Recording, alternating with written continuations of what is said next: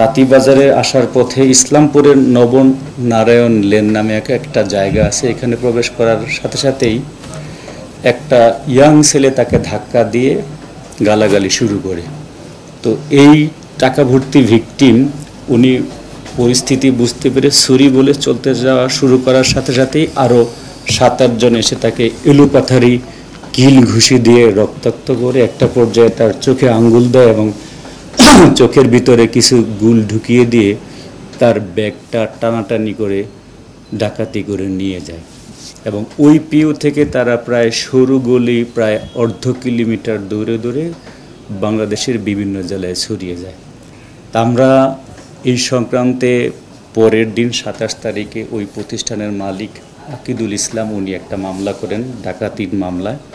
সেই মামলাতে আমাদের থানা পুলিশ এবং আমরা গোয়েন্দা পুলিশ লালবাগ ছায়া তদন্ত শুরু করি। আমরা শত শত সিসি ক্যামেরা অ্যানালিসিস করেছি, ভিকটিমদেরকে আমরা জিজ্ঞাসাবাদ করেছি।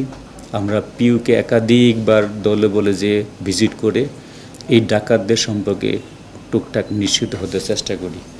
ডাকাতরা ছিল নিরস্ত্র, তারা একাধিক লোক ছিলেন, তাদের কাছে মলম ছিল এবং গুল ছিল।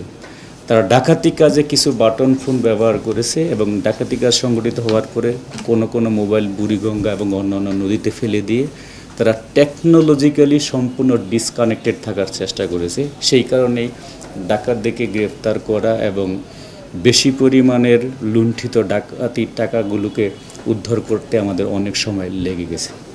আমাদের ঢাকা মহানগর গোয়েন্দা কোতোয়ালি টিমের এডিসি ইয়াসিন আরাফাতের নেতৃত্বে একাধিক জায়গায় অভিযান চালানো হয়েছে।